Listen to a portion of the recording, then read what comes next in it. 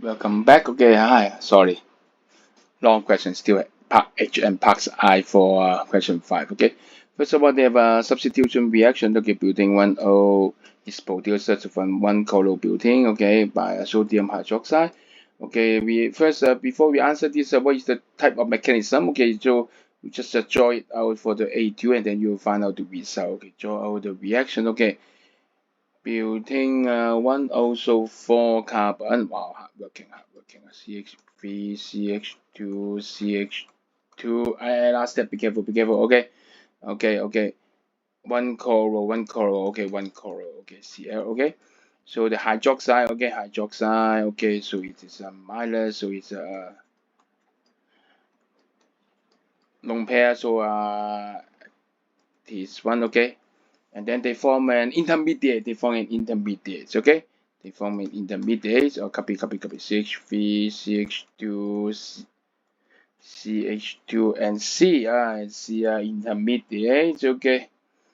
Okay. So H is here, and then intermediate is partially bonded with both. Okay, probably supposed to be OH and partially bonded with Cl. Okay. And then later this Cl got all the bond here. Okay, and then proceeded to here. So CH3, CH2, CH2, C. H2OH, okay, per Cl minus I. That's it. So from this, you will learn what is the reaction. First is a substitute reaction. Hydroxide ion has more electron. You want to look for nucleo, so it's a nucleophile. And the Kuso reaction is here, right? They join together, so it says two join together is SN2. Okay, got it. Okay, next one. Okay, draw the stereosoma. Okay, of a two coral building. Okay, now be careful which one has 4 things joined together. You need to find out the travel center first. Okay, it's the last part is the center. Okay, so C bonded with Cl and also with CH3. On the other side is CH3, CH2.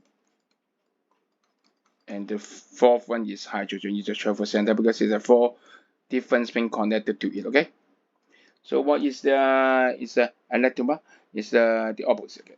Mirror image, exactly mirror image. Yes.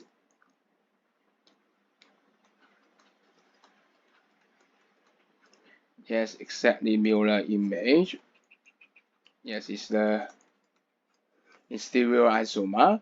Unlike how this dual isomer can be distinguished. Okay, so pass polarized light. Okay, to them. Okay, pass a plain polarized light through them. Okay, one will turn the light's polarization direction clockwise, and the other will be anti-clockwise. Okay, so by observing the final orientation of the polarization, then you'll know which one is which. Okay, or the combination between them. Okay, that's it. Yes, we really this time really finished question 5.